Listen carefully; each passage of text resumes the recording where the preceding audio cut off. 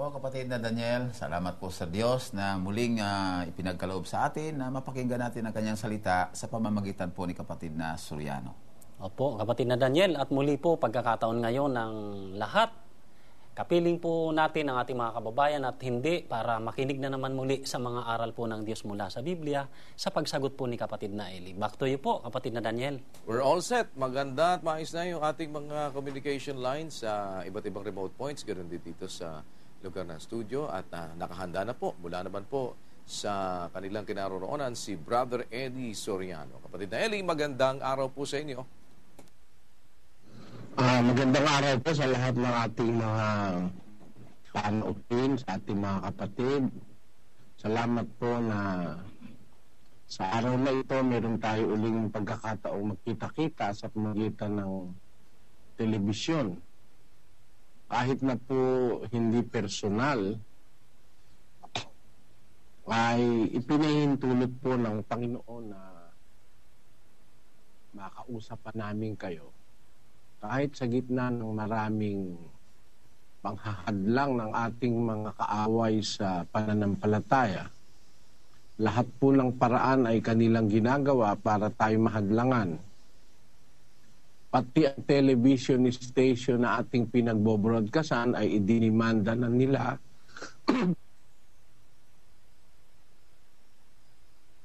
pati yung mga may-ari ng telebisyon, pati yung mga manager ay dinimanda na po ng Iglesia ni Manalo para pigilin tayo na marinig sa telebisyon. Dinimanda nila ng obstruction of justice na di umano hindi ako dapat pagsalitain sa telebisyon at sa radyo. Yon po ang pinakahuling ginagawa ng Iglesia ni Manalo. Itong mga alagad ng impyernong ito ay hindi tumitigil. Gusto talagang gipitin ang ating pangangaral ng salita ng Diyos. Dahil alam naman nilang yung salitang ating pinangangaral, di nila kayang tutulan. Ngayon, lahat po ng paraan, dinimanda ako ng libelo, mahigit na 10 kaso. Sila ang nanglilibelo sa atin, tapos tayo ang dinimanda ng libelo. Ganyan po sila kalakas kay Gloria dati. Salamat sa Diyos at si Gloria ay nawala na sa pwesto. Pero hindi naman mawawala sa Pilipinas yung mga elemento ng kawalanghiyaan. Ngayon, yan pong mga tao na yan ang gustong pumigil sa ating pangangaral. At dinimanda ako ng rape, dinimanda ako ng frustrated murder, idinimanda ako ng attempted murder.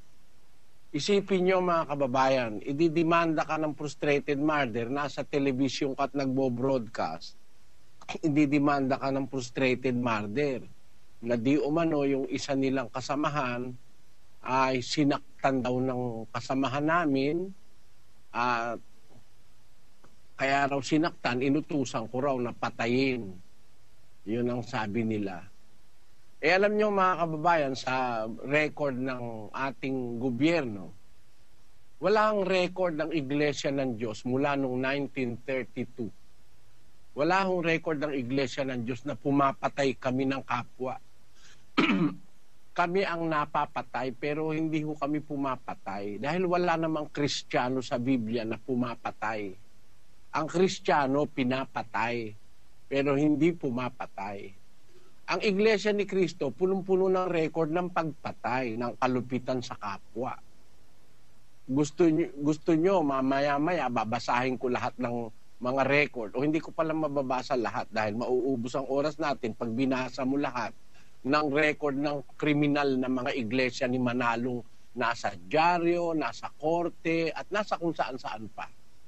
Ngayon, pinagpapauna ko po sa inyo mga kababayan na itong ating pangangaral ng Biblia sa telebisyon ay pinipilit nilang mapigilan.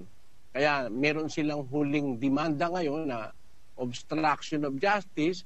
Nirereklamo nila yung mga may-ari ng telebisyon at ng mga radyo na nagsasayang papawid ng ating programa. Ibig sabihin nun, para wala na ako talagang access, para hindi na ako marinig ng mga kababayan Pilipino. At para sila ang makapamayani, ang kadiliman ng kanilang ng mga sinasabi ang mamayani diyan sa ating bansa. Ang dalangin namin sa Diyos, tulungan niyo po kami na sana sa ating bansa manatili yung kalayaan ng pamamahayag. Kasi nakikita ko, pati yung mga abusayap na namimirwisyo sa Mindanao, naririnig sa TV yung pinapakita eh. Yung mga abusayap, si Bin Laden na napakaraing krimen na ginawa na sa sangkatauhan, napapakita sa telebisyon, naririnig. Ako wala naman akong ginagawang krimen sa sangkatauhan. Bakit pagbabawalan ako na magsalita sa radyo at sa telebisyon? Kaya itong ating paraang ginagawa, itong Bible exposition na nanggagaling sa internet, ay ewan ko kung magagawan pa rin nila ng paraan na pigilin ito, mga kababayan, ano?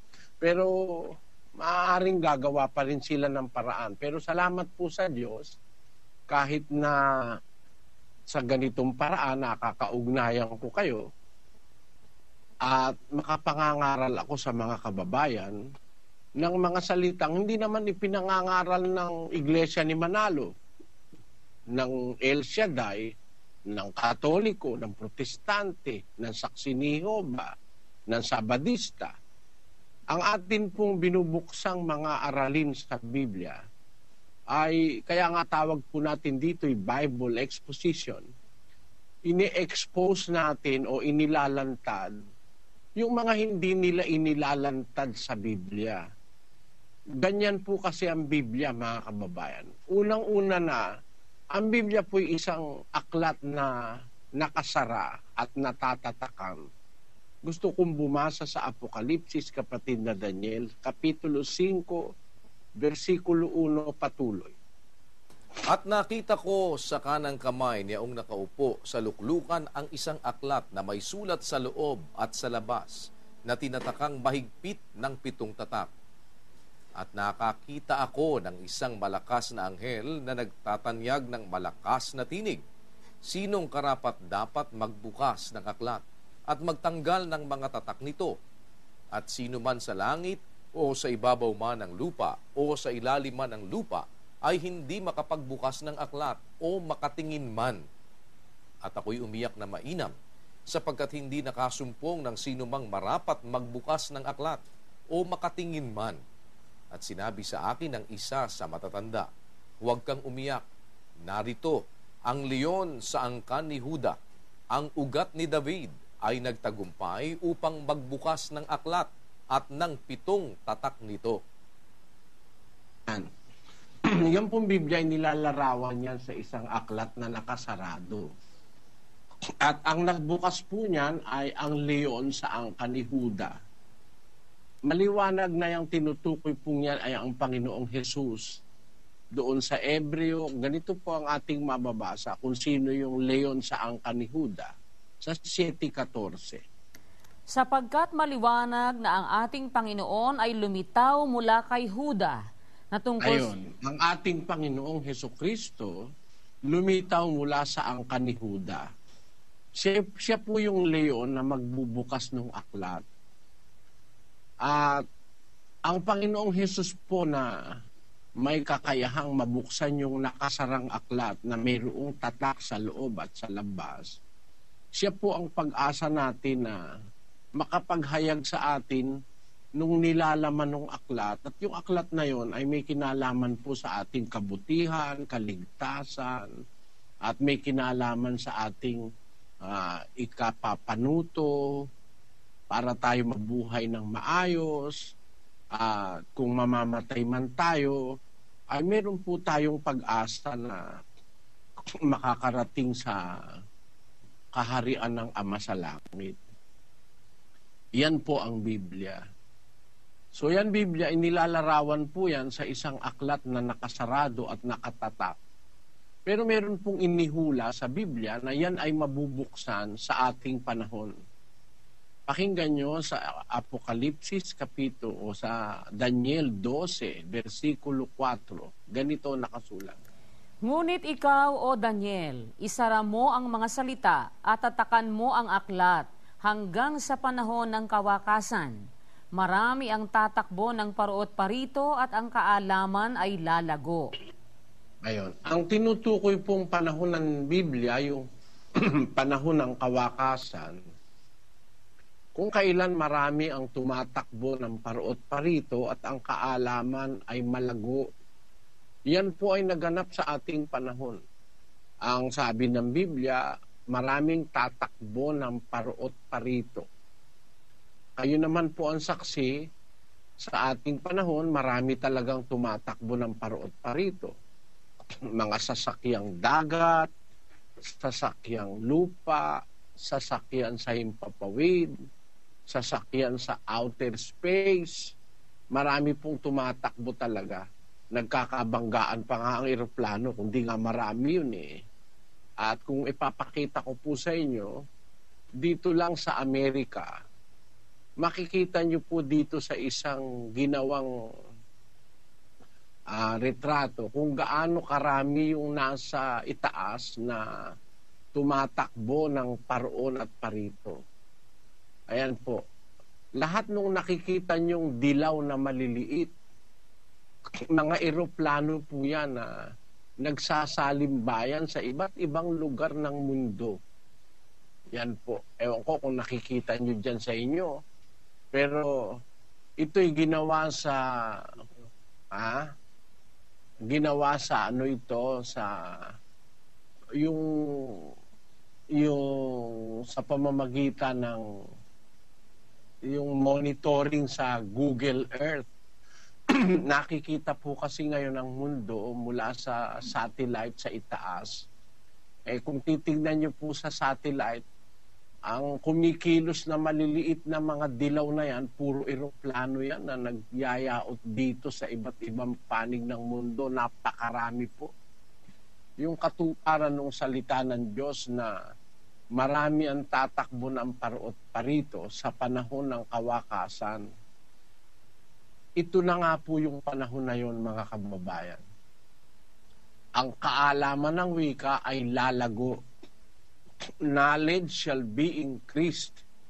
And this is the time that was prophesied by the Bible when the Bible say, shut up the words and seal the book even to the time of the end. Many shall run to and fro, and knowledge shall be increased. Ang panahon ng kawakasan, yung panahong maraming tumatakbo ng paruot parito at ang kaalaman ay lalago. Wala pong katulad sa buong kasaysayan ng sangkatauhan ang kaalaman sa ating panahon. Hindi lang po mga sasakyan ang tumatakbo ng paruot parito, pati mga informasyon po.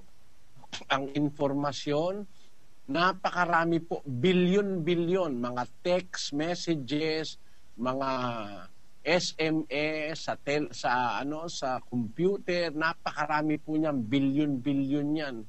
Paruot paritong tumatakbo.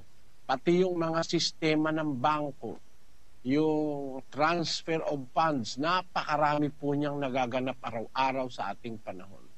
Nakakatiyak tayo, mga kapatid, na ngayon po yung tinutukoy ng hula sa Biblia na panahon ng kawakasan. Na yung nakasara hanggang sa panahon ng kawakasan. Ngunit mabubuksan po ang unawa sa aklat na yan sa panahon din ng kawakasan. Pakinggan nyo sa 12:9 ng Daniel, kapatid na Daniel. At sinabi niya, yumaon ka ng iyong lakad, Daniel, sapagkat ang mga salita ay nasarhan at natatakan hanggang sa panahon ng kawakasan. Marami ang lilinisin at papuputiin at dadalisayin. Ngunit ang masasama ay gagawa na may kasamaan at wala sa masasama na makakaunawa. Ngunit silang pantas ay mga kakaunawa. Maliwanag po ang sinasabi sa Biblia, mga kababayan,